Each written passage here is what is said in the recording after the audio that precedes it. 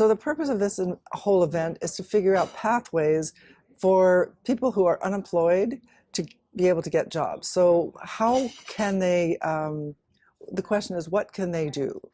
And the answer is, it would be great if people had a different mindset about their unemployment, so they too can learn to do something else.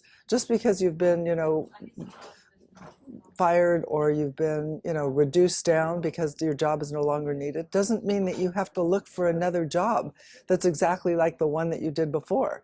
Now, even if people improve their skills so that they're more competitive in the job market, there still needs to be jobs there. Is part of this conference to figure out how more jobs can be created? There's over 5 million jobs that are available right this minute. In London today, and so this is worldwide, London today, there are over 400,000 engineering jobs that are unfilled. So perhaps, maybe you weren't an engineer to start, but there's a lot of opportunity online to learn this kind of stuff. So I just want to give one example of a Udacity, which is an online, massive open online course. A MOOC. MOOC. It's a MOOC. And it's Udacity. And so Udacity has a new program, and it's called Nano Degrees. And what that means is that you take their program and you learn some of these technical skills. And if you do not get a job after you've taken this nano degree, they will refund your money. I think that's a pretty great offer.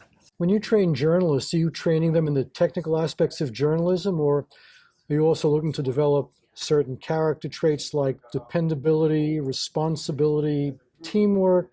So when I'm training journalists, I'm trying to train kids to have all these characteristics. I want them to be able to investigate a story, be able to figure out what's most important, differentiate between fact and opinion, be able to write it up. So you have writing skills, thinking skills, then you have to be able to lay it out and use technology and able to print.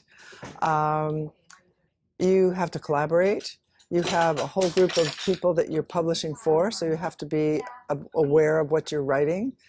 And so what I'm trying to do is I'm using journalism as a training ground for the 21st century. Do you think there's too much emphasis on grades? Because the grades you get are not necessarily the best predictor of how well you'll do in an actual job. So I have somewhat of a negative feeling about grades. So what happens with grades is that you are basically memorizing what the teacher wants you to learn. And so you aren't thinking, you're memorizing. And the question is like, what's this for? A lot of people do not do well in that situation because they just can't get their hand or their eye or anything around memorizing.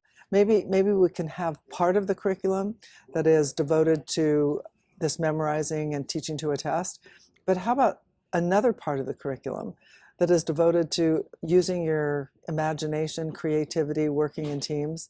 So one of the things that I'm proposing is something called a Moonshot Friday. So Moonshot Friday would be one day a week, 20% time, when students are able to work on a project of their choice using some of the tools that they might have learned in the first 4 days of the week. Now, do you have the latitude to do that in your program? Can you do that right now? In my program, students? they have 100% of the time when they can work on things that they care about. So I'm using journalism and all the newspapers and magazines, television that are produced at Palo Alto High School. I'm using that as a platform for kids to write about or broadcast about or make films about things that they care about. They have to learn how to learn in school. And that's what this program teaches. It teaches kids how to learn, because you need a lifetime of learning. That's the way that the whole world is functioning.